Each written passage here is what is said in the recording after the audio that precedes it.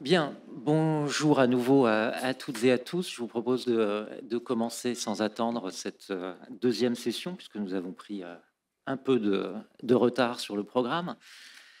Session consacrée aux sciences de la vie et de la Terre, avec trois interventions. La première de Madame Sofia Rizopoulou, qui est professeur émérite à l'Université nationale et capodistrienne d'Athènes, qui est biologiste, spécialiste d'écophysiologie des plantes. Nous écouterons ensuite une communication d'Éric Fouache et Antoine Chabrol sur la géoarchéologie.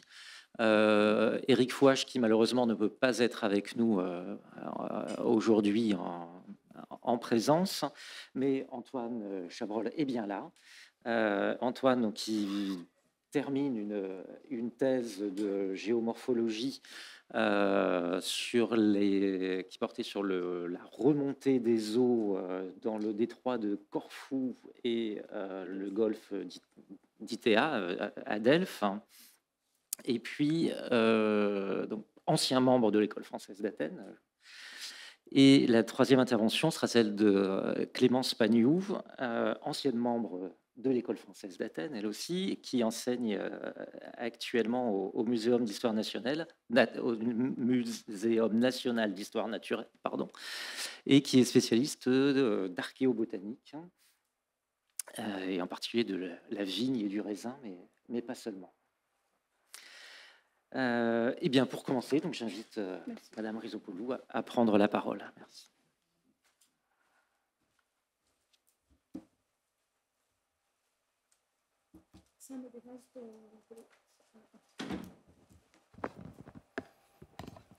Με το ευρωπαϊκό καλησπέρα σας. Είμαι η Σοφία Ριζοπούλου, είμαι ομότιμη καθηγήτρια στο τμήμα βιολογίας του ΕΚΠΑ.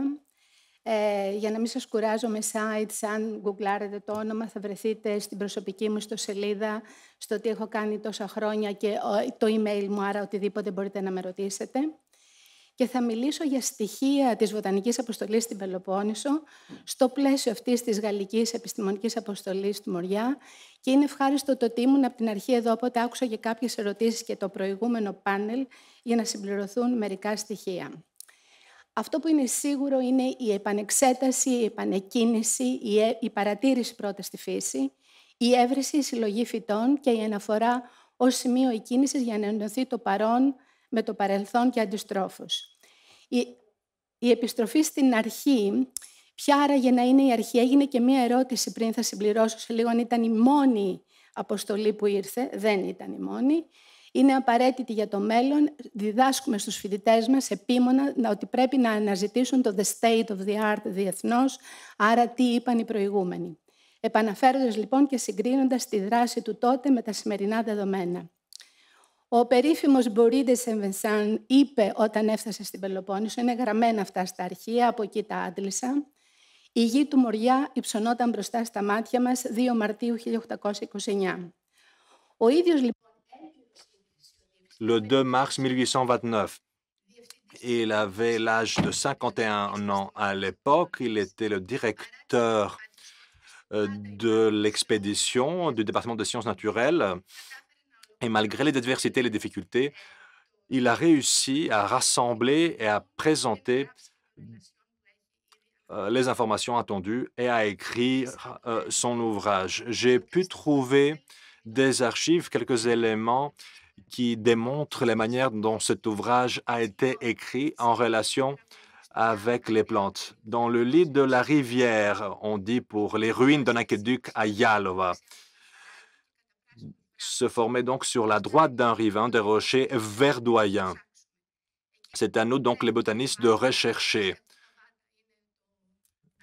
Vous voyez ici à votre gauche la photo. Et ce qui était impressionnant, c'était les morels douces amères. Solanum dulcamara, c'est l'appellation en latin.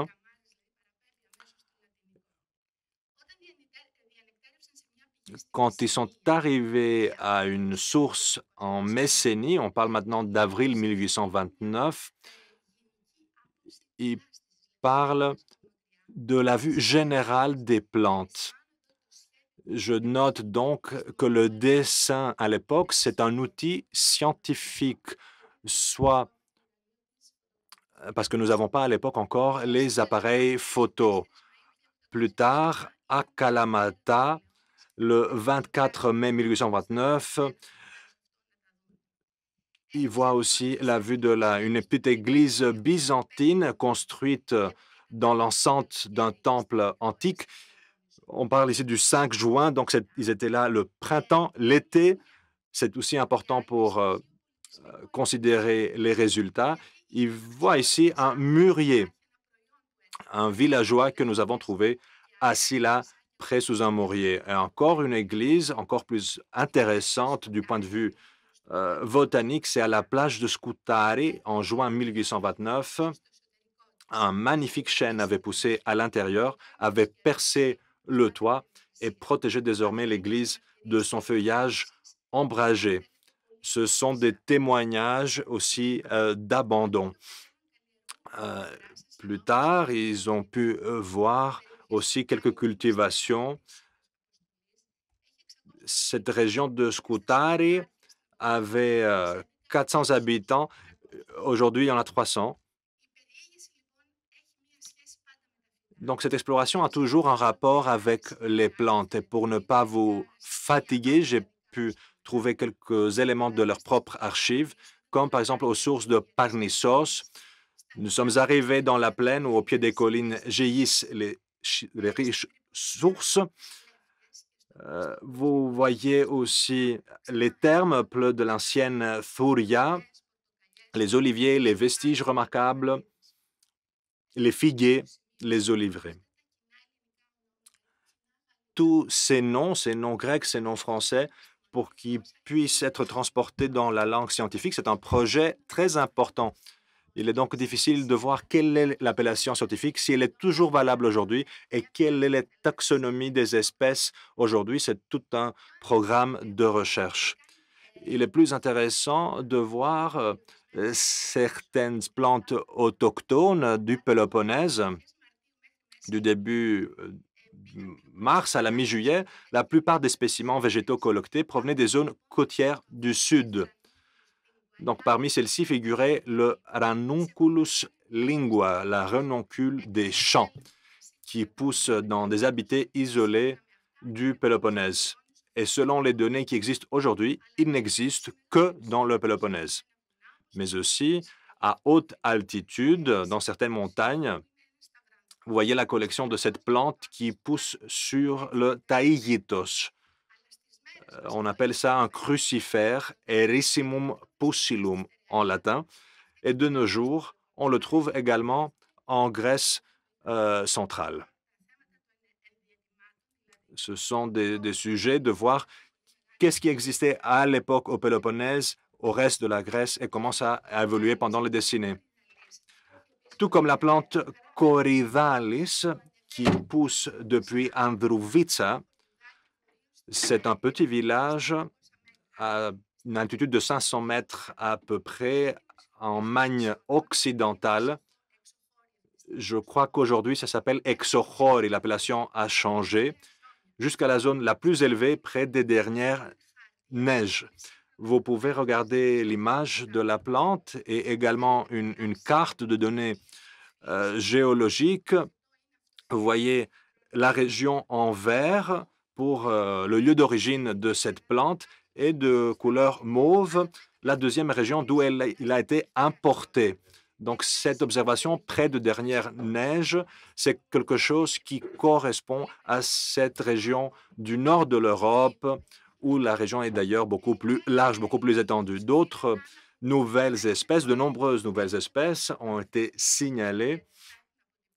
Il y en a à peu près 37 dans ce volume botanique, le troisième volume de l'expédition, y compris donc des espèces rares telles que Gypsophila nana et Verbascum aquale. Aujourd'hui également en Grèce centrale et aussi sur l'île de Crète.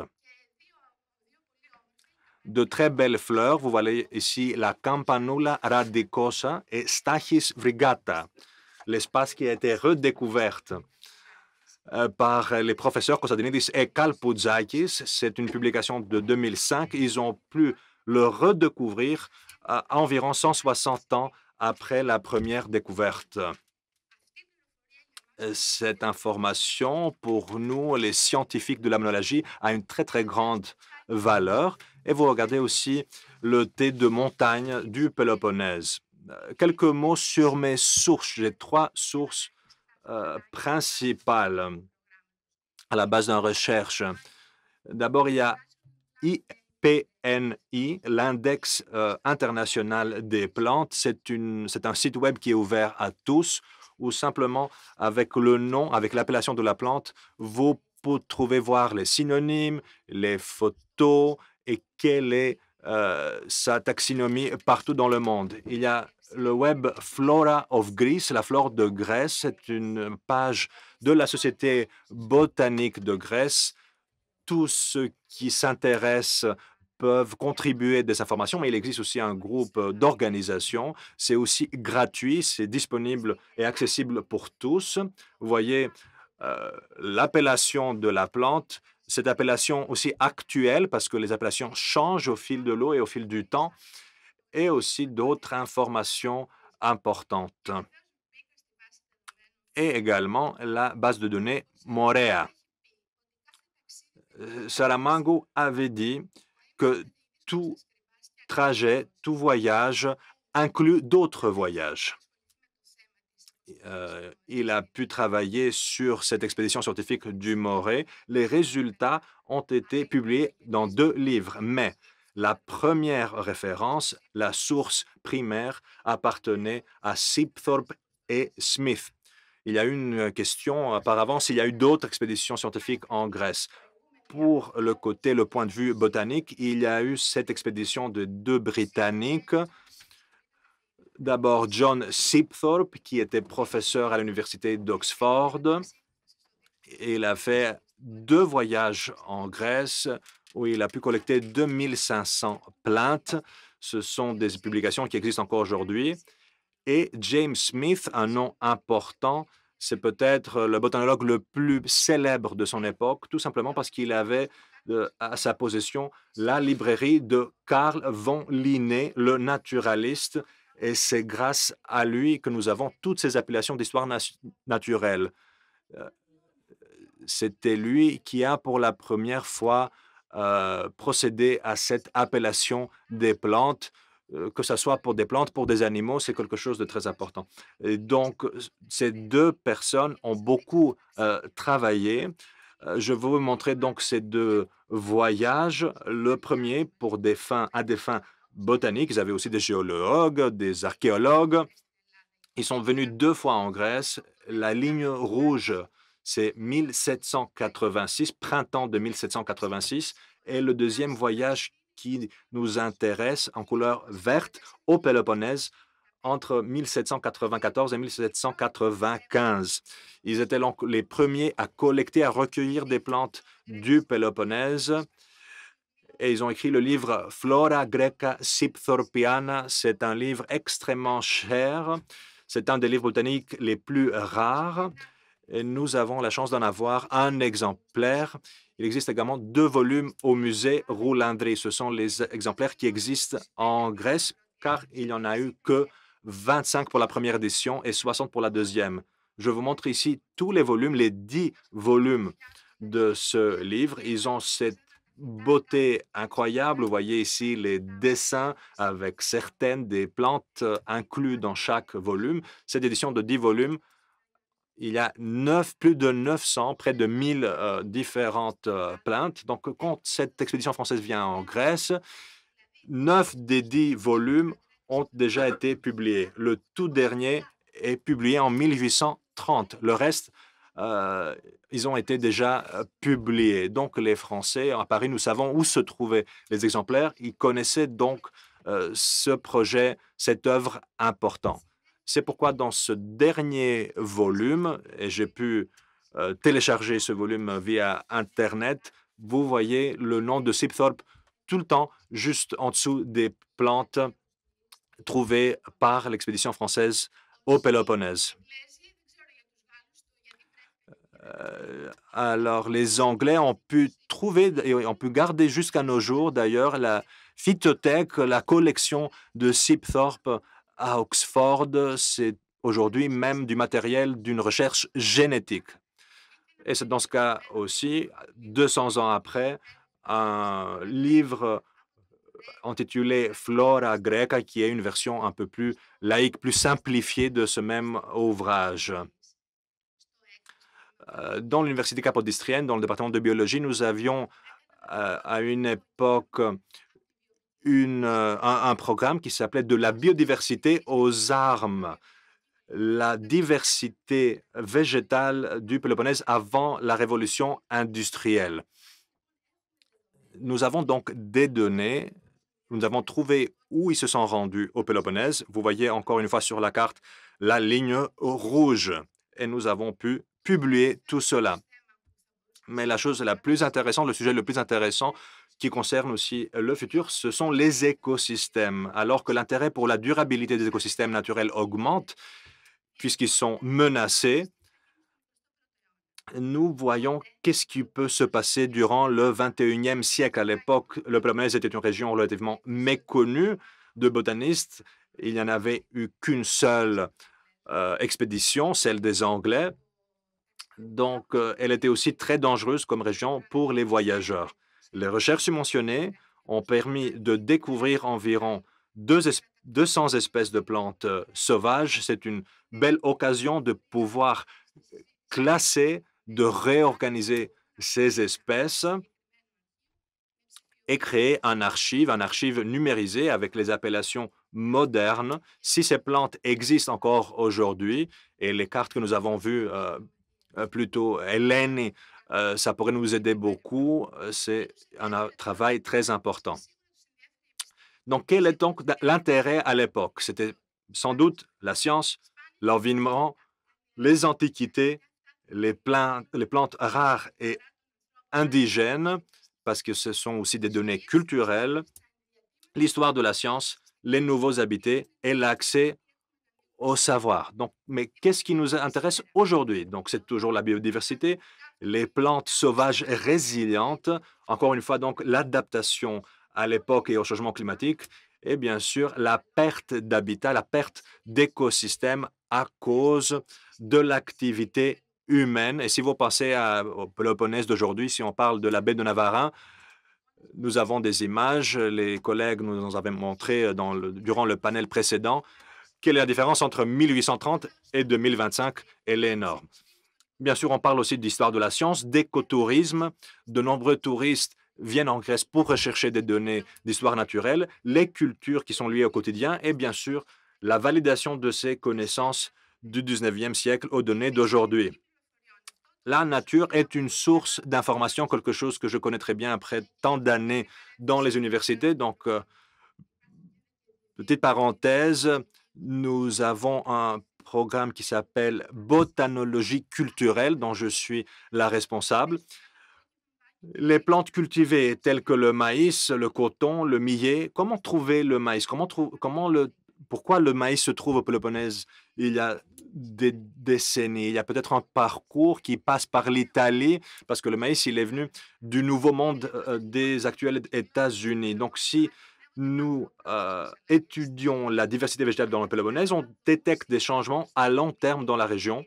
Ces plantes constituent aujourd'hui une collection vivante dans le Péloponnèse et ailleurs, ce qui est confirmé par les données actualisées. C'est ce qu'on parle de living archives, d'archives vivants, qui nous permettent de trouver les informations pertinentes. Ici, vous voyez une carte moderne, cette petite grille. Nous créons des grilles botaniques et le plus cette grille est rouge, proche de la couleur rouge, il y a plus d'espèces dans cette grille. Donc, nous avons une idée de ce qui se passe aujourd'hui. Et vous pouvez aussi voir une publication faite par des collègues. Les différentes données concernant les plantes indigènes du Péloponnèse. Si on choisit les géophytes, qui font 10%, et les plantes thermophiles. Vous voyez ces deux catégories. Pourquoi je les ai choisies? Parce que ce sont deux catégories qui, durant le cercle de vie, pendant la période défavorable, peuvent se maintenir sous forme de graines ou de racines. La couleur rouge ou la couleur bleue, vous voyez les éléments, les espèces les plus répandues. Nous avons donc une idée de ce qui se passe aujourd'hui au Péloponnèse. Je montre ici deux géophytes, car c'est aussi leur époque maintenant. En automne, c'est un Crocus bori. Il a pris son nom de Bori, et aussi le Crocus tourneforti. On parle aussi de tournefort qui, 100 ans avant l'expédition française, il ne s'est pas rendu au Péloponnèse. D'après ce que nous connaissons, ils aimaient beaucoup les îles et il n'a pu nous laisser toutes ces informations très précieuses. Ce qui est aussi très important, qui a été aussi dit par d'autres intervenants, c'est le nombre des espèces. Au total, 1500. Aucun champignon. Pourquoi? Parce qu'ils étaient là pendant le printemps, pendant l'été. Ce n'était pas tout simplement l'ère des champignons. Les lichens et les bryophytes ont aussi besoin d'humidité. Les monocytélodones, 250 espèces, et les orchidées, 33 espèces, et les conifères, que 9 espèces. Je reviens dans leur propre livre, des zones couvertes de buissons, où prédominent différentes espèces de cystes. 3 ou 4 cystes. Vous voyez ici cette belle photo avec la couleur mauve qui sort davantage au mois de mai. De nombreux systèmes montagneux qui divisent le pays disent sur le volume quelques plaines où la végétation est à la fois aromatique et riche en espèces. Donc, le Péloponnèse du passé et d'aujourd'hui, de nouvelles espèces et habitats, des plantes endémiques ont été également découvertes. Il existe une liste des espèces végétales dans le texte, uniquement avec les informations qui concernent le lieu et la date. Ce sont des espèces et des informations importantes qui peuvent former la base pour une recherche future et les pratiques de gestion et de conservation des écosystèmes. Autrement, avec les choses qui se passent aujourd'hui en Grèce, nous aurons une grande perte d'écosystèmes. Vous voyez ici les deux éditions qui nous concernent, qui concernent les biologues et les botanologues. La toute première, donc, botanique de 1832, écrite par Boris de Saint-Vicent, et le troisième tome sur la zoologie. Et nous passons aujourd'hui à l'ère moderne avec l'accès, la nouvelle recherche, la publication 200 ans après, avec toute cette possibilité qui s'ouvre. Nous avons une option de suivre leur trajet, leur parcours, trouver des appellations modernes pour que les scientifiques puissent se rendre d'accord entre eux sur les espèces. Et la chose la plus importante, la culture. Je pense que c'est quelque chose qui concerne toutes les espèces aujourd'hui. Je vous remercie beaucoup de cette invitation. Tous ceux qui ont l'idée pour cette opération complexe de la journée. Je vous remercie de votre attention et bien sûr avec la plante, l'olivier qui est la plante la plus emblématique du Péloponnèse. C'est une idadographie de très grande valeur qui existe aujourd'hui seulement en Oxford. Je vous remercie tous. Merci beaucoup. Merci. Sans attendre, je donne la parole à Antoine Chabrol pour la deuxième communication.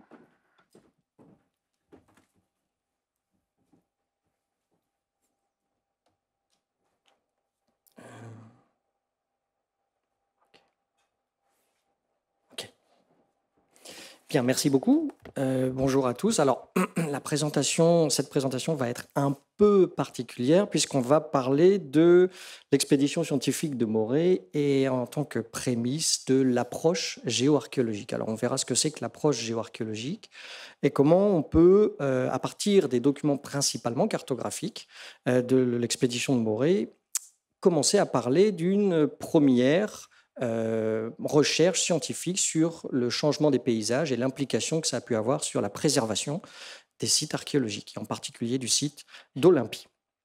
Alors, en tant que Français, comme introduction, on a fondé la tradition des expéditions scientifiques associées à des opérations militaires. La commission scientifique qui accompagne l'intervention militaire française de l'expédition de Morée, elle succède au modèle de la Commission des sciences et des arts qui avait accompagné l'armée lors de la campagne, par exemple, d'Égypte, de Bonaparte, et elle annonce celle de la Commission d'exploration scientifique d'Algérie qui sera créée en 1838. La Commission scientifique de Morée, elle présente cependant la différence importante de ne pas être associée à une campagne de conquête coloniale, mais à l'émergence d'un État-nation grec. Alors, on note en tant qu'introduction, mais je ne reviendrai pas dessus, que les Lumières ont aussi abouti à des expéditions scientifiques sans intervention militaire, l'archétype étant l'expédition danoise au Yémen en 1761 et 1767, dont Carsten Niebuhr assura la publication, mais aussi les expéditions anglaises à caractère semi-scientifique, commanditées et financées par la Société des Dilettanti. Alors, vouloir voir dans la commission scientifique de Morée les prémices d'une approche géoarchéologique, ça peut paraître anachronique. L'archéologie, ainsi que la géographie et la géologie, très important, ne sont pas encore structurées à cette époque en tant que discipline académique, et l'approche géoarchéologique, vous vous en doutez, elle ne se structurera que beaucoup plus tard, dans les années 1970, et donc cette approche n'existe pas. Le terme même n'existe pas à l'époque de l'expédition de Morée. Mais il n'en demeure pas moins que l'organisation pluridisciplinaire de la commission, sa manière de travailler, de questionner l'évolution des paysages, notamment sur le site d'Olympie, qui est historiquement n'est pas un site sur lequel les Français ont fait beaucoup de fouilles, c'est principalement un site sur lequel l'école allemande a développé ses programmes de recherche. Nous allons voir que, historiquement, ces questionnements sur le site d'Olympie sont précurseurs des méthodes de l'approche géoarchéologique, mais que l'absence d'une interdisciplinarité réelle à l'époque, bien évidemment, constitue une limite. Alors, qu'est-ce que c'est déjà l'approche géoarchéologique ? L'approche géoarchéologique, le concept est défini assez récemment, dans les années 70, puis plus tard dans les années 80, par Karl Butzer. Le mot géoarchéologie apparaît dans les publications scientifiques. La principale publication de Karl Butzer s'appelle Environment and Archaeology, an Ecological Approach to Prehistory. Il est le premier à avoir utilisé ce terme, et ça a été principalement utilisé dans l'archéologie préhistorique. En fait, c'est quoi ? La géoarchéologie, c'est une démarche interdisciplinaire qui intègre des résultats produits à la fois par la géographie physique, la géologie, l'océanographie, l'histoire et bien sûr l'archéologie, et qui concerne les liens entre les sociétés du passé et leur environnement. C'est l'étude des dynamiques environnementales et paléo-environnementales en relation avec l'archéologie. On distingue en géoarchéologie généralement deux types d'approches, l'étude intrasite des sédiments associés à la fouille archéologique, c'est-à-dire que dans la fouille, on étudie tout simplement les stratigraphies des sédiments visibles lors de la fouille, et aussi les études régionales, extrasites, comme on dit, autour des sites archéologiques qui nous permettent de reconstituer les environnements autour des sites archéologiques. La mise en œuvre de cette approche nécessite l'association de méthodes et de techniques issues à la fois de l'archéologie, mais des géosciences et de la géographie dans cette approche, comme je l'ai dit, interdisciplinaire. Alors ici, vous avez un diagramme simplifié de l'approche géoarchéologique que j'ai écrit en grec qui permet de comprendre que le site archéologique n'est qu'un objet parmi d'autres dans l'approche géoarchéologique qui a une échelle d'étude qui peut être beaucoup plus large, voire régionale. Et c'est justement ce qui va nous intéresser pour le site d'Olympie. Alors, qu'est-ce qui, dans la commission scientifique de l'expédition de Morée, inclut une structuration de la recherche que l'on retrouve aujourd'hui dans la pratique géoarchéologique ? Alors, on ne va pas faire toute la liste, mais il y avait quand même 19 savants organisés en 3 sections dans cette expédition. La section des sciences physiques, qui était placée sous la direction de Jean-Baptiste Bory de Saint-Vincent, un colonel, un géographe et un naturaliste. La section d'archéologie, placé sous la direction de Léon Jean-Joseph Dubois, archéologue, illustrateur et surtout lithographe, qui nous a laissé beaucoup de lithographies archéologiques. On lui doit notamment la première fouille du temple de Zeus à Olympie, réalisée avec Abel Blouet et Pierre-Achille Poirot. Enfin, la section d'architecture et de sculpture sous la direction de Guillaume Abel Blouet, qui était lui-même architecte. Je veux ajouter la contribution, puisqu'on en parlera, cartographique majeure des ingénieurs militaires comme Pierre Labie et Émile Le Puyon Le Boblet, de surcroît géologue. Et ça, c'est important, puisque les remarques qu'il a faites sont des remarques qui viennent expressément de son métier de géologue. Alors, je me suis perdu. Voilà, de surcroît, géologue. La maîtrise des systèmes géodésiques et de projection, qui sont encore inexistants en Grèce à l'époque, on a vu dans les présentations précédentes, est un prérequis indispensable à la cartographie du Péloponnèse. Ça permet un enregistrement rigoureux des données spatiales. Et on a ici un des résultats directs. Alors, je ne resterai pas dessus parce qu'elle a été présentée en détail ce matin, mais la première cartographie au 1/200 millième du Péloponnèse établie par triangulation, par Pierre Pétier, polytechnicien. On a déjà vu cette image ce matin, donc la triangulation qui a été nécessaire pour la mise au point de cette carte. Alors, le cœur du sujet, c'est sur le site d'Olympie que les membres de la commission, outre la fouille du temple de Zeus, ont mis en relief, dans les écrits et dans leur cartographie, l'existence de changements géomorphologiques majeurs entre l'Antiquité et aujourd'hui. C'est donc le 10 mai 1829 que M. Dubois et M. Blouet se rendent sur le site d'Olympie. Là, ils entreprennent les premières fouilles archéologiques qui n'ont jamais été réalisées sur le site et ils mettent au jour les vestiges du temple de Zeus avec l'aide d'une centaine d'ouvriers. Olympie se situe dans une région fertile du Péloponnèse. Elle est dominée par des collines couvertes d'oliveraies, de maquis, et l'équilibre entre relief, végétation et réseau hydrographique a toujours conditionné à la fois l'occupation humaine et la valeur sacrée du paysage. Le site d'Olympie s'inscrit dans une petite plaine de l'ouest du Péloponnèse, au confluent du fleuve Alphée, que vous voyez ici au nord, en fait. Pardon, je n'ai pas au nord, excusez-moi, c'est au sud, j'ai mal orienté ma carte. Au sud, pardon. Au sud, donc l'Alphée au sud, et le Cladéos, qui longe le site d'Olympie. Donc il se situe à la confluence de ces deux cours d'eau, et ce sont les crues de ces deux cours d'eau qui ont profondément marqué le paysage. Alors, la prise de conscience à Olympie des dynamiques environnementales majeures qui ont bouleversé le site archéologique sont arrivées très vite lors de cette mission. Abel Blouet a ainsi résumé les observations des voyageurs qui l'ont précédé. C'est-à-dire qu'il n'est pas seulement arrivé pour faire ses propres observations, il avait déjà compilé tout un tas d'informations, et notamment des informations cartographiques.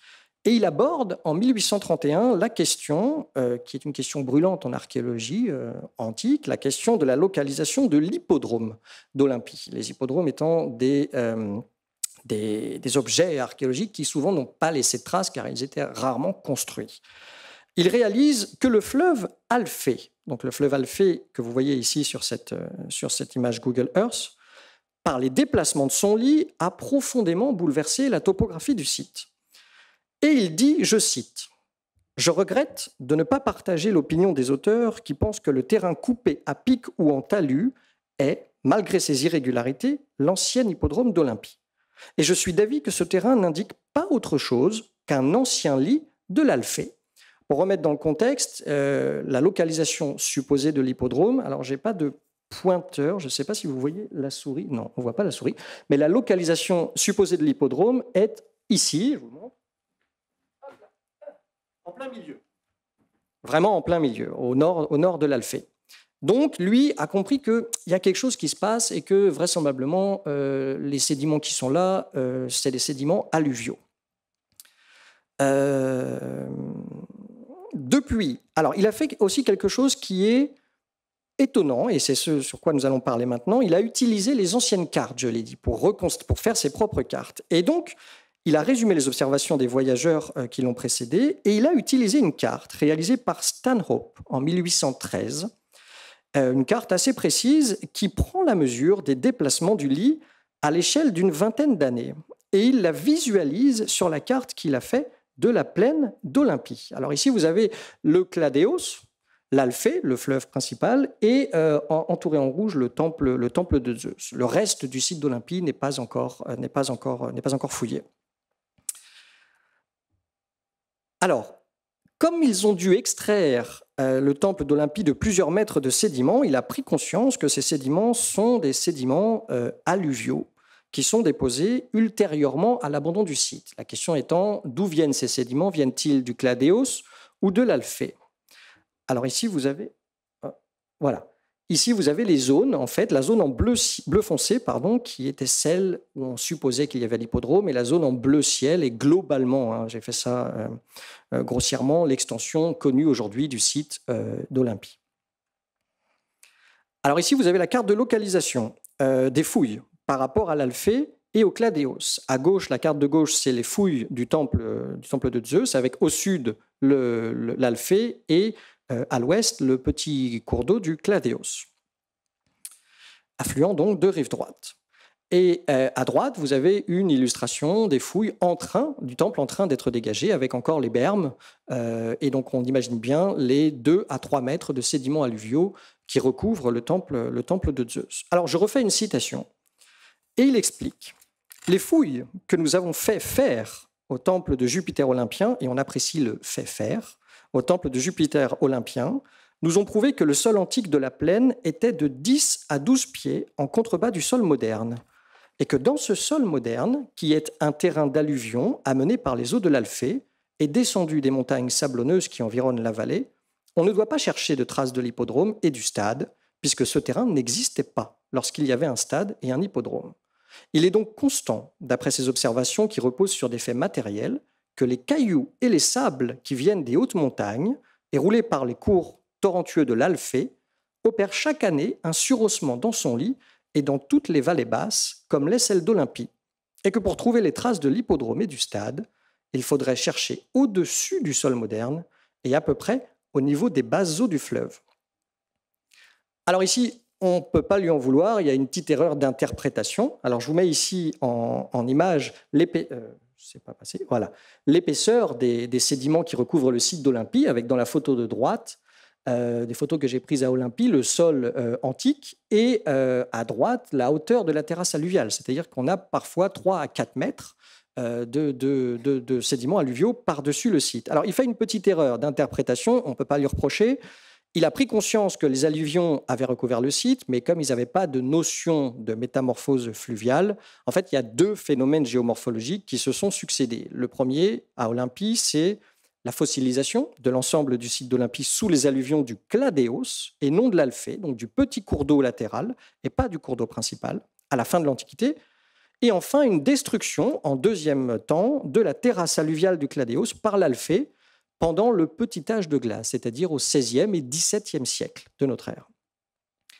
Alors, ces informations-là, elles sont quand même très importantes et pendant une cinquantaine d'années, elles seront laissées de côté et il faudra attendre la grande fouille allemande de 1875 et 1881 pour que les figures sédimentologiques des sédiments qui recouvrent les vestiges soient dessinés spécifiquement par Dörpfeld. Ces dessins, réinterprété par le géomorphologue Jean-Jacques Dufort dans les années 1970, dans le cadre de sa thèse d'État, permettront de faire une interprétation globale des processus géomorphologiques et de leur chronologie. Alors pour ceux qui comprennent l'allemand, vous voyez, on voit très bien sur ce dessin qu'il y a la surface dessinée et expliquée, la surface et les vestiges qui sont en dessous avec une description des sédiments. Et ça, c'est quand même assez rare pour les fouilles de cette époque. Et ça intervient presque 50 ans après les travaux de la commission de l'expédition française de Morée. Alors, donc, je remets donc ici le site qui a été principalement enfoui par les alluvions du Cladéos, petit affluent, puis après en partie détruit par les crues et les changements fluviaux, les changements fluviaux du fleuve Alphée. Alors, en réalité, qu'est-ce qui s'est passé à Olympie? La chronologie, on la connaît maintenant. Selon les travaux de Dufort, le sanctuaire s'est développé sur une terrasse alluviale au Holocène, qui ont été apportées petit à petit par le petit cours d'eau Cladéos. Les recherches récentes, dans les années 80 et 90, ont montré que ces apports sédimentaires ne furent pas continus. Ce n'est pas quelque chose qui arrivait d'un coup, mais c'était lié à des crises hydrologiques liées à des crises hydrologiques et érosives, parfois accentuées par l'action humaine, qui ont recouvert et donc protégé les vestiges antiques. Ce cadre géomorphologique explique l'alternance de stabilité et de recouvrement des monuments tout en soulignant la vulnérabilité du site face aux dynamiques fluviales.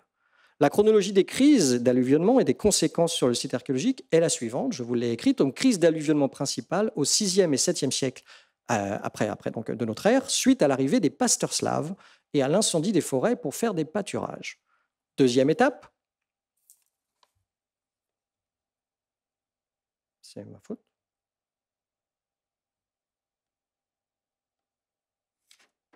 Deuxième étape, destruction de la terrasse d'Olympie suite à la métamorphose fluviale du fleuve Alphée et du fait des conditions climatiques du petit âge de glace en 1350 jusqu'à 1850. Le fleuve connaît des crues plus fréquentes et une extension de sa bande active et la mise au point d'un système de tressage. Alors, il y a juste...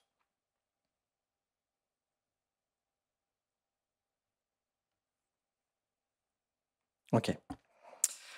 Alors, il faudra attendre l'après-Seconde Guerre mondiale pour que progressivement l'approche géoarchéologique se mette en place. Aujourd'hui, qu'est-ce qu'il en est? Aujourd'hui, petit point rapide, la reconnaissance de l'évolution des paléo-environnements du Péloponnèse en lien avec l'occupation humaine progresse très rapidement. Elle est portée par de nombreux programmes sur les ports antiques, dont ici vous voyez des photos du Lekeon Harbor Project, le port antique de Corinthe, avec analyse des sédiments, prise des sédiments, analyse des sédiments en laboratoire. Les grands sites archéologiques du Péloponnèse qui ont été explorés lors de l'expédition de Morée, qui sont Olympie et Pylos, ont fait l'objet d'études géoarchéologiques majeures au XXe siècle et au XXIe siècle. Il y a toujours des projets géoarchéologiques majeurs, notamment à Pylos, le Pylos Geoarchaeological Program, et l'école allemande à Olympie emmène de nombreux travaux géomorphologiques dirigés par le géomorphologue Andreas Voet, qui récemment ont émis l'hypothèse qu'il y avait un port à Olympie.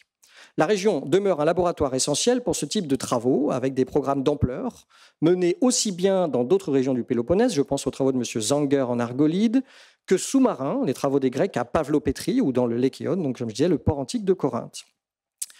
Cette approche est restée théorique lors de l'expédition de Morée, mais l'école française d'Athènes, après sa création en 1846, développe depuis les années 80 des projets de géoarchéologie en lien avec les projets archéologiques de l'école. Et vous avez ici une carte où l'école française d'Athènes a organisé, dans la tradition de cette approche interdisciplinaire, des projets géoarchéologiques, notamment la plaine de Delphes, des projets d'océanographie, des projets de géoarchéologie terrestre, avec par exemple des carottages, des analyses géophysiques qui permettent de reconstituer la stratigraphie verticale des sites, et notamment du site de Kyra sur le littoral de la plaine de Delphes, des missions océanographiques qui ont permis de montrer qu'il y avait des vallées submergées au sud de la plaine de Delphes, qu'il y avait un lac d'eau douce jusqu'à 10 000 ans avant notre ère, ainsi qu'à Délos, qui ont permis de mettre en avant l'évolution des rivages, et notamment des anciens cours d'eau, des anciennes vallées aujourd'hui submergées,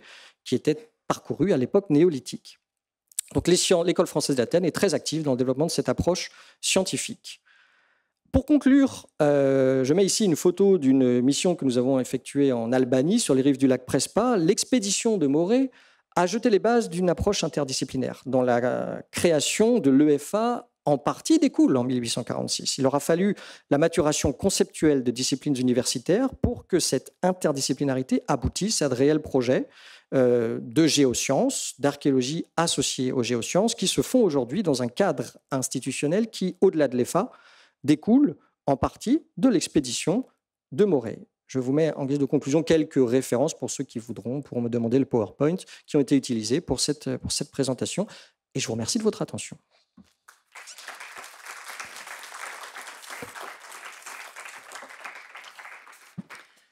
Merci beaucoup. Et je donne maintenant la parole à Clémence Pagnot.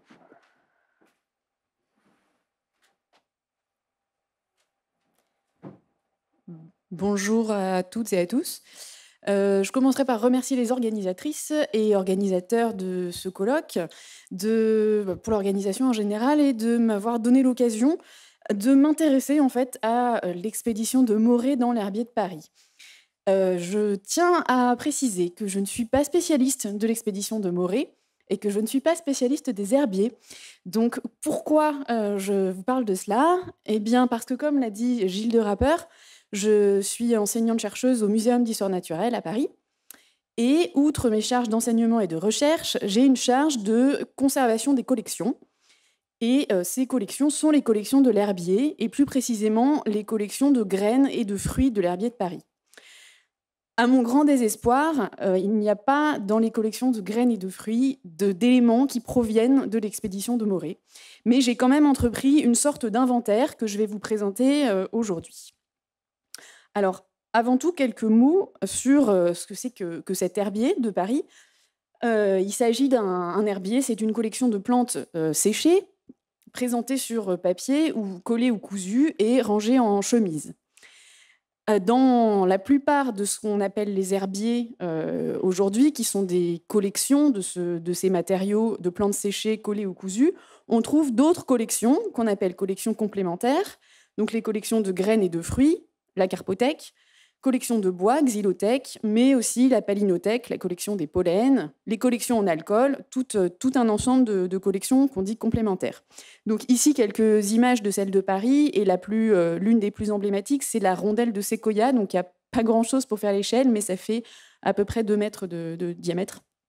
Et c'est une des pièces les plus importantes qui est exposée à l'entrée du bâtiment, car naturellement, ça ne rentre pas dans les tiroirs de l'herbier. Cet herbier de Paris, il est issu d'établissements anciens que sont le Jardin royal des plantes médicinales et le cabinet d'histoire naturelle, fondé en 1635. À cette époque, pas d'herbier, pas de plantes collées sur feuilles ou cousues sur feuilles de papier.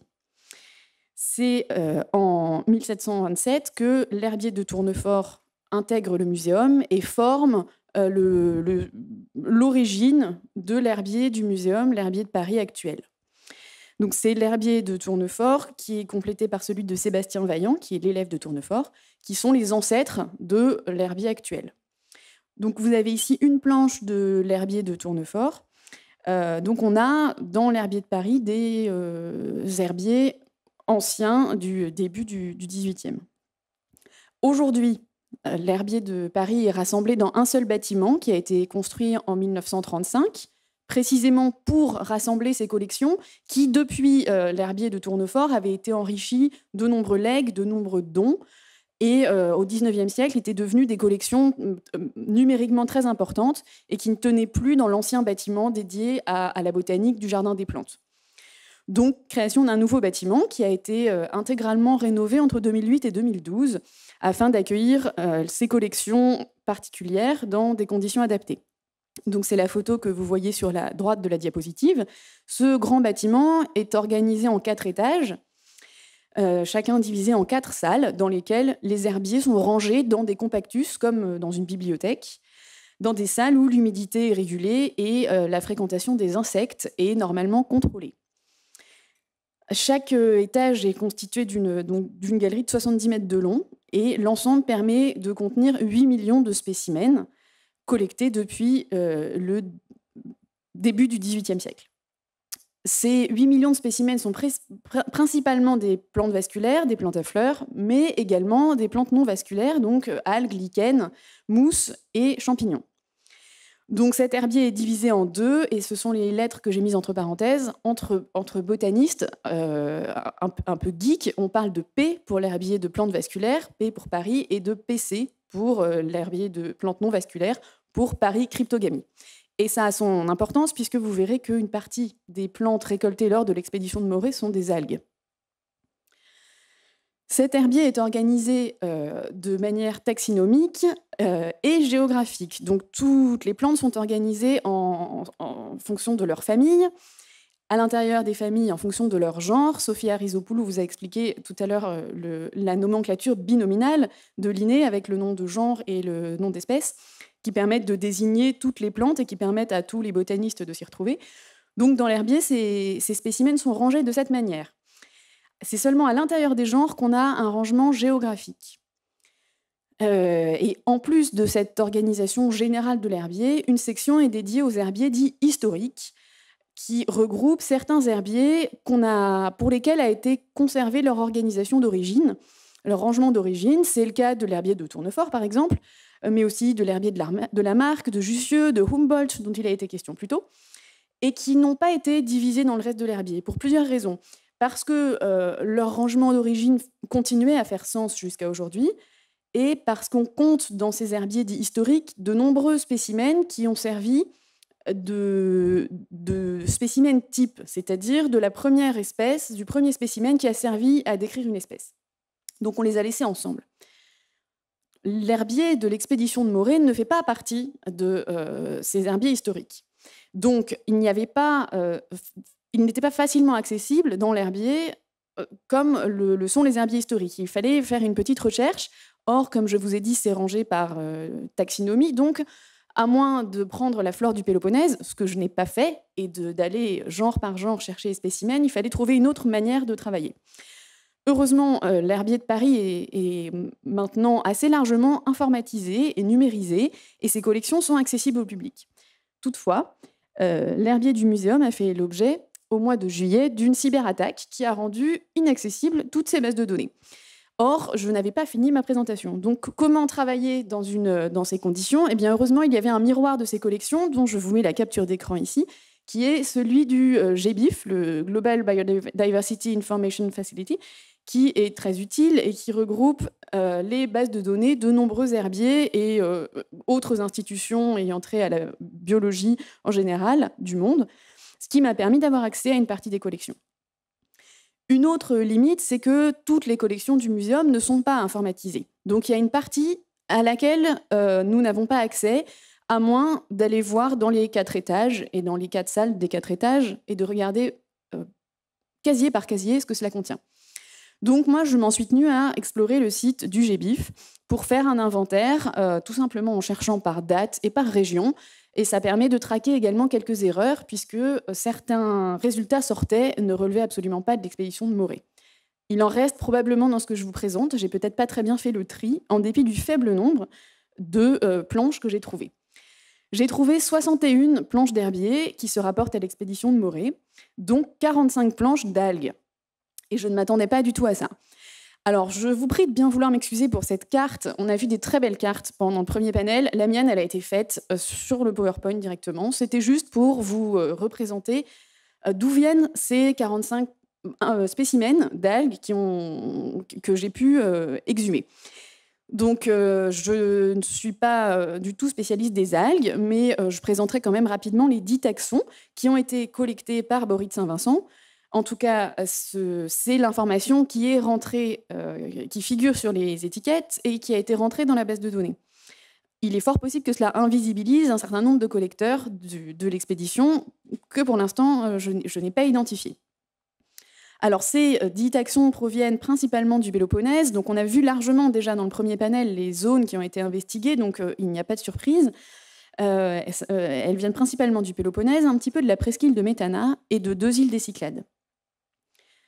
Elles ont été collectées, ces algues, durant l'année 1829, toutes. Alors, un premier exemple, donc j'ai choisi uniquement 3 exemples d'algues, pour lesquels je n'ai pas mis les noms communs, tout simplement parce que je ne les ai pas cherchés, et je me suis dit que peut-être ça ne vous parlerait pas plus que les noms scientifiques. Donc, ce premier exemple est celui du taxon Laurentia obtusa, dont 15 spécimens ont été récoltés dans 7 localités. Donc, ce qui permet de suivre un peu l'expédition, de dater ces récoltes et de dater leur trajet. Donc, à l'été 1829 dans le Péloponnèse et durant l'automne dans la presqu'île de Métana et dans les Cyclades. Donc, l'herbier, vous pouvez le voir sur ces différentes planches. L'herbier de l'expédition de Morée, il n'existe pas en tant que tel. Là, les planches que vous avez, elles ont été constituées a posteriori à partir de spécimens. On a plusieurs récoltes sur une même planche. Chaque récolte est identifiée par un code barre. Et ce code barre donne accès à un certain nombre d'informations. Ces informations, ce sont celles que les techniciens de l'herbier et techniciennes de l'herbier ont pu lire sur les étiquettes, ce qui occasionne des erreurs dans la base de données. Donc là, on peut identifier des localisations plus ou moins précises, côte de Morée, côte de Thermia, île de Marathon ici. Vous verrez qu'on peut également avoir des précisions beaucoup plus importantes. Donc un taxon récolté en plusieurs endroits, qui est celui de Laurentia obtusa. Un autre exemple, c'est celui de Cystocira amantasea, qui a été décrit par Bory de Saint-Vincent. Cette fois-ci, c'est tout à fait différent. On a 18 récoltes en tout pour l'expédition, dont 15 qui viennent du Cap Ténare, donc 15 qui viennent du même endroit, en fait. Et il s'agit apparemment d'une espèce que Bory de Saint-Vincent a décrite, donc d'une nouvelle espèce. Et ça reflète ce qui a déjà été mentionné dans la présentation de Madame Rizopoulou, qui est que le travail des scientifiques a été de repérer des taxons nouveaux et des taxons locaux, des taxons endémiques au Péloponnèse. Et pour les algues, c'est le cas aussi, semble-t-il. Donc là, on a une plante qui a été décrite par Bory, qui avait d'abord été identifiée comme autre chose, Fucus sedoides, puis qui a été réidentifiée. Et ces planches-là vous montrent un peu l'histoire de l'herbier, qui est du matériel de travail pour les taxonomistes, pour les botanistes, qui se réfèrent à ces planches pour approfondir la connaissance des taxons, pour davantage les décrire, pour mieux les connaître. Au départ, c'est de la description taxinomique sur planches d'herbier, mais aujourd'hui, ça peut être grâce à des prélèvements et des analyses ADN, par exemple, pour préciser l'identification de certains taxons et pour étudier la phylogénie, les liens entre les différentes espèces. Donc ici, dès le retour de l'expédition, on a déjà de premières annotations, de premières déterminations sur les planches d'herbier. Donc ici, ce ne sont pas forcément de très bons exemples.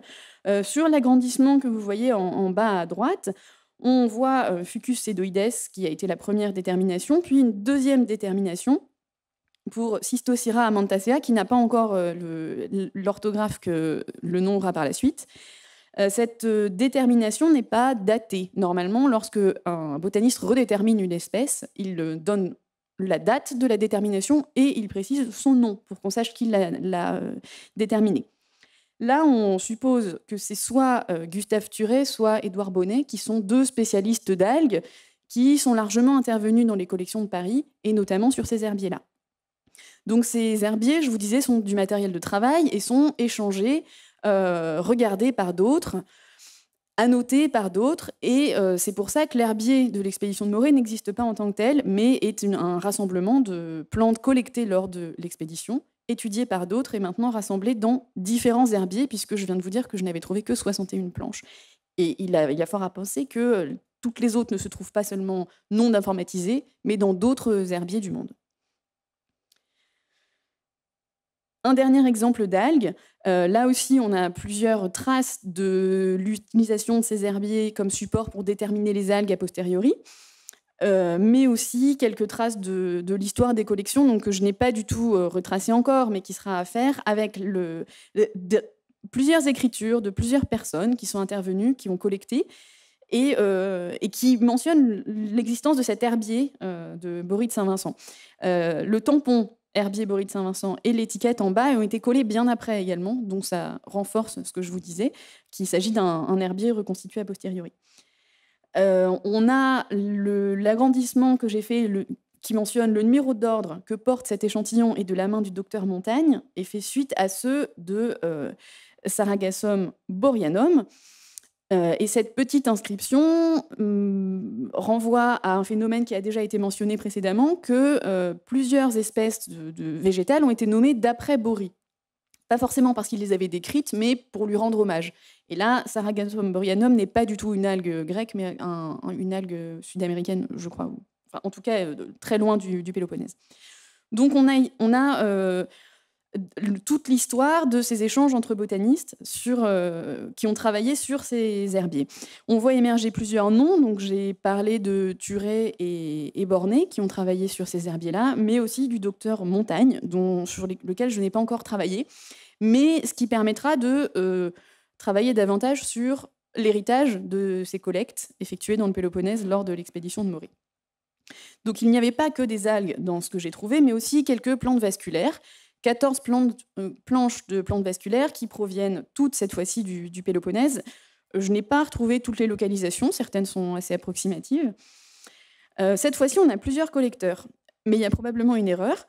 Donc on a Bory de Saint-Vincent, Chaubard, qui a déjà été mentionné, Despréaux, qui n'a pas encore été mentionné, mais qui est le collecteur principalement mentionné sur les planches de plantes vasculaires.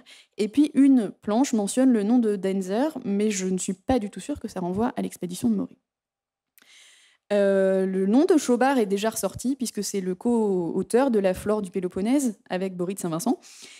Il était aussi spécialiste de plantes non vasculaires, c'était un spécialiste des lichens, mais c'est pourtant lui qui a assuré la partie description des plantes vasculaires du Péloponnèse. Là encore, comme pour les algues, on a des taxons méditerranéens, voire très spécifiques à la zone Balkan-Turquie, voire endémiques du Péloponnèse, en tout cas d'après ce que j'ai pu observer et complété par l'observation de la flore du Péloponnèse. Il a été mentionné tout à l'heure que plusieurs espèces d'orchidées avaient été décrites, et ce sont celles qui se trouvent dans l'herbier de Paris. Enfin, certaines se trouvent dans l'herbier de Paris. Donc un exemple d'orchidée, une planche sur laquelle on a 4 individus et 2 étiquettes, qui renvoient peut-être à 2 collectes différentes, puisqu'on a 2 dates, 1829 et 1830, et 2 localités, Navarin et Maudon, qui sont toutefois très proches. On a très clairement plusieurs époques d'après les écritures sur ces étiquettes. L'étiquette d'origine est certainement celle écrite en plus clair, mais on a très peu d'étiquettes d'origine sur ces planches. La plupart ont été réécrites a posteriori. Et la note JM Despréaux 1830 apparaît sur plusieurs planches de l'herbier, toujours de la même écriture. Donc il s'agit certainement d'un travail a posteriori, encore une fois. Donc plusieurs spécimens, peut-être plusieurs récoltes, mais un seul taxon. Normalement, un code-barre renvoie à une récolte seulement. Dès lors qu'on en a plusieurs, on fait 2 spécimens, 2 codes-barres. Je vous avais dit que ce travail allait me permettre de traquer pas mal d'erreurs. Un autre exemple d'orchidée, c'est celui d'Orchis bombiliflora, qui est une espèce du Péloponnèse.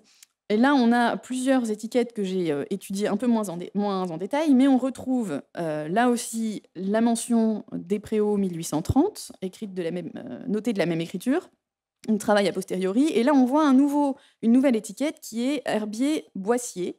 Alors, je n'ai pas noté la date et je n'arrive plus à la lire, mais c'est un travail a posteriori encore. Donc, il s'agit d'une autre figure largement présente dans l'herbier de Paris que Boissier, qui a décrit de nombreuses espèces en se fondant sur ses propres récoltes et les récoltes de ses prédécesseurs. Outre des orchidées, les autres planches, la plupart des autres planches que j'ai identifiées étaient des poacées sauvages, et notamment plusieurs espèces du genre Aegilops. Une espèce non identifiée du genre Aegilops, originaire du croissant fertile, est probablement un des ancêtres du blé, cultivé aujourd'hui, du blé nu, cultivé aujourd'hui. On rentre un peu dans les choses techniques de botaniste, donc je m'arrête là. Et toujours est-il que ces Aegilops sauvages ont apparemment retenu l'attention et se retrouvent aujourd'hui dans l'herbier de Paris. Là aussi, on a apparemment un seul individu, mais plusieurs étiquettes. Donc, soit il s'agit en fait de la photo, parce que je n'ai pas trouvé le spécimen dans l'herbier, probablement parce que le nom d'Aegilops comosa n'est pas le nom actuel et que je n'ai pas pu trouver la planche correspondante. Donc soit la photo que j'ai est partielle et il me manque une partie des spécimens, soit il y a eu un problème d'étiquetage. Encore une fois, sur ces étiquettes, on voit plusieurs lieux de récolte, Le Magne, Corinthe, Zarax et le Parnasse. On voit plusieurs noms, principalement celui de Despréaux, mais en bas, il s'agit d'un autre nom, et plusieurs dates. Donc, on a affaire à un travail a posteriori qui n'a pas été très bien informatisé dans l'herbier de Paris, d'où l'importance de se rendre dans les herbiers et de vérifier ce qu'il en est. D'où l'importance que quelqu'un qui est spécialiste des poacées se rende dans l'herbier et regarde ce qu'il en est, et pas seulement moi qui suis chargée de conservation à l'herbier. Une autre information sur cette planche qui peut sembler anecdotique, c'est la mention herbier le Normand ou herbier de l'université de Caen. Une grande partie du matériel provenant de Grèce, échantillonné en Grèce et qui se trouve aujourd'hui à l'herbier de Paris, est un jour ou l'autre passé par Caen. Il y a des liens très forts entre l'herbier de Paris, l'herbier de Caen et la Grèce que je n'ai pas encore démêlés. C'est valable pour l'expédition de Morée, mais aussi pour Tournefort et pour des collectes postérieures. Enfin, un dernier exemple d'Aegilops également, où cette fois-ci, on n'a probablement pas d'étiquette d'origine, mais là encore, des indices de plusieurs interventions, avec plusieurs identifications, réidentification de ces spécimens, et puis une petite description en latin, puisque jusqu'aux années 2010, lorsqu'on décrit une nouvelle espèce botanique, il fallait le faire en latin, et ces planches d'herbier sont fidèles à cette tradition.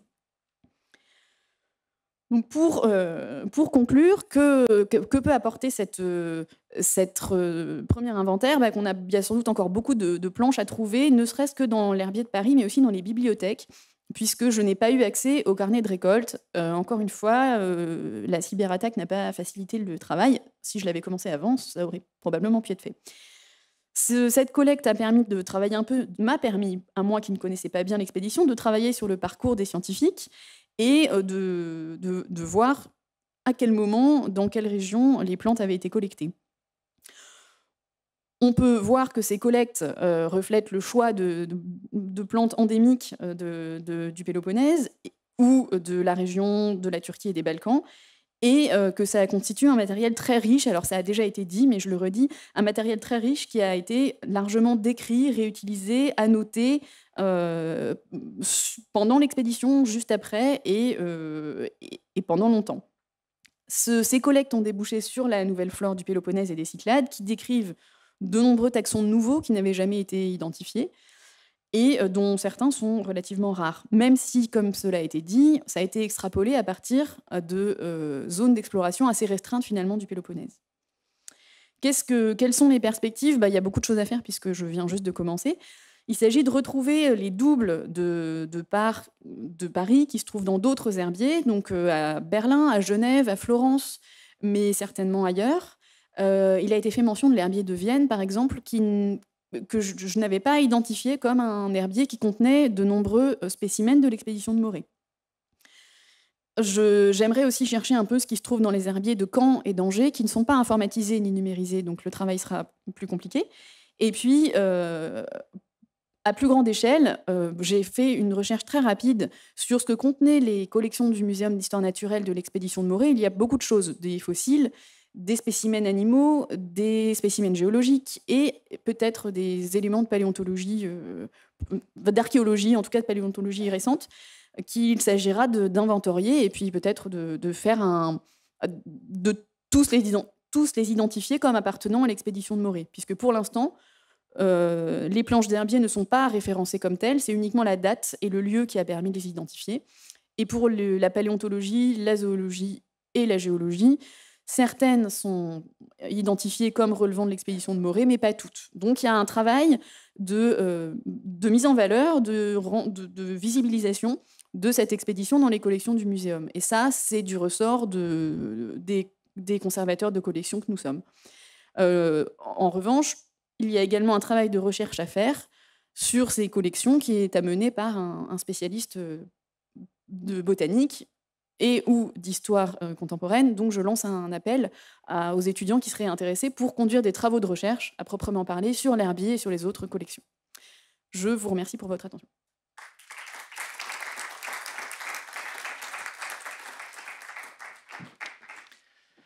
Merci beaucoup. Merci aux trois intervenants. Je regarde l'heure et je regarde Caterina. On a un peu de temps pour 5 minutes de questions. Donc des questions courtes, des réponses rapides. Voilà la première main qui se lève.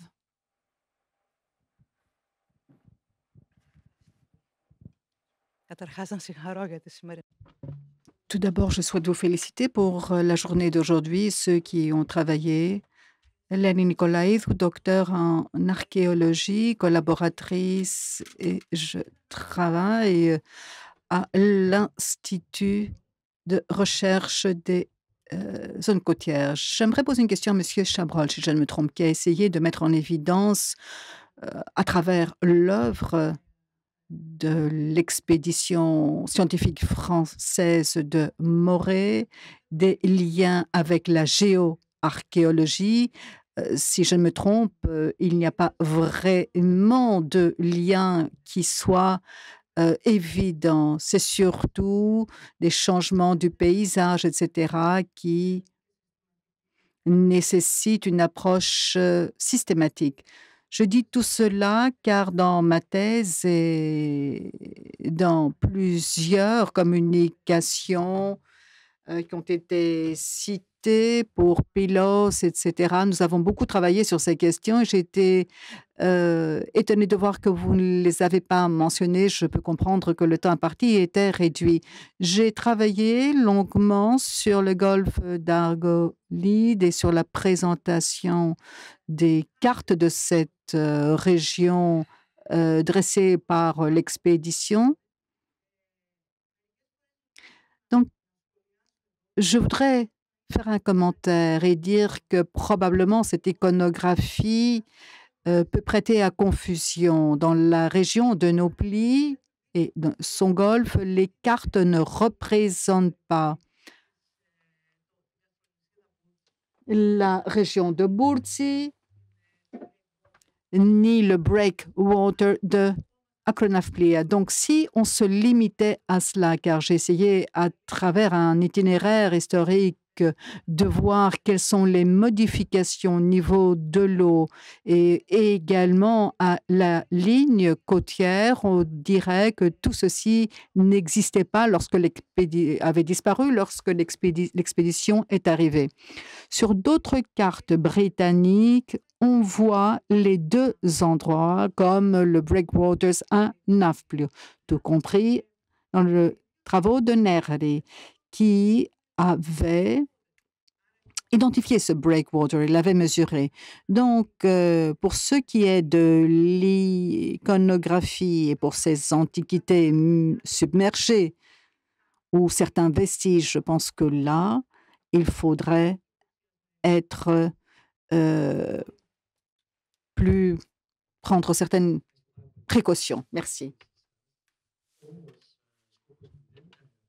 Όλες τις γεωαρχαιολογικές μελέτες που υπάρχουν στη Μεσόγειο, μόνο τα project της Γαλλικής Σχολής. Οπότε το ξέρω ότι έχετε δουλέψει στη Δήλο. Δεν παρουσιάσα τα έργα σας, αλλά παρουσιάσα τα έργα της Γαλλικής Σχολής. Σχετικά με τα αυτά θέματα που λέτε, έχετε πολύ δίκιο και έχουν ενδιαφέρον βέβαια.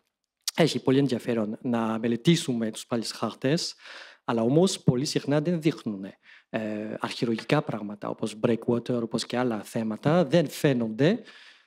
Για ποιο λόγο δεν φαίνονται, είναι ένα μεγάλο επιστημονικό θέμα, μεγάλη ερώτηση, αλλά έχει πολύ ενδιαφέρον να το πούμε. Ναι, είναι. Γενικά στους παλιούς χάρτες η ακτή είναι ξεχασμένη, δηλαδή αυτό συμβαίνει πολύ συχνά. Έχετε δίκιο.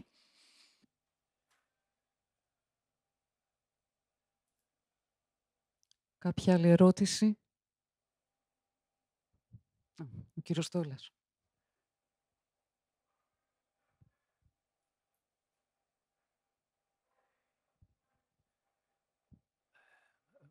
Bonjour, c'est pour Madame Pagnou. Il n'y a pas un registre des grandes entrées, des grandes acquisitions, parce qu'un herbier de 1500, c'est... double question. D'abord ça, et puis après, je me suis posé la question que si l'herbier de Bory n'est pas là, comme il a fait cette édition privée de la flore après l'édition officielle, peut-être il a gardé l'herbier lui-même. Alors, s'il y a un registre d'entrée que je n'ai pas consulté encore, on a un registre d'entrée de tout ce qui est rentré à l'herbier de Paris, qui est probablement pas exhaustif, mais qui permettrait d'en savoir plus.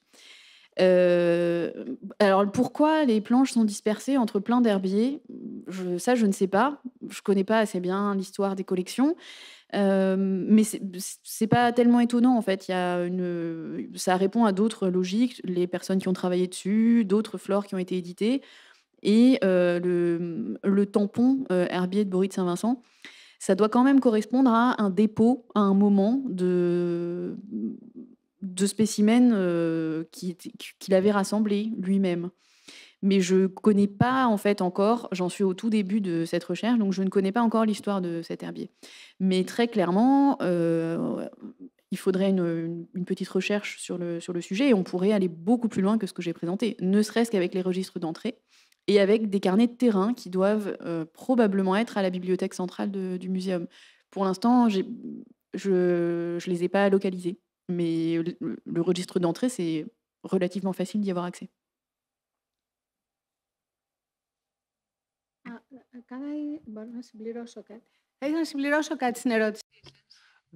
Juste pour ajouter quelque chose dans votre question, puisqu'il existe une bibliographie internationale qui est accessible à tous, et j'ai pu rechercher pendant un mois sur cette question, la collègue a raison. Il n'y a pas de publication sur cet herbier en particulier.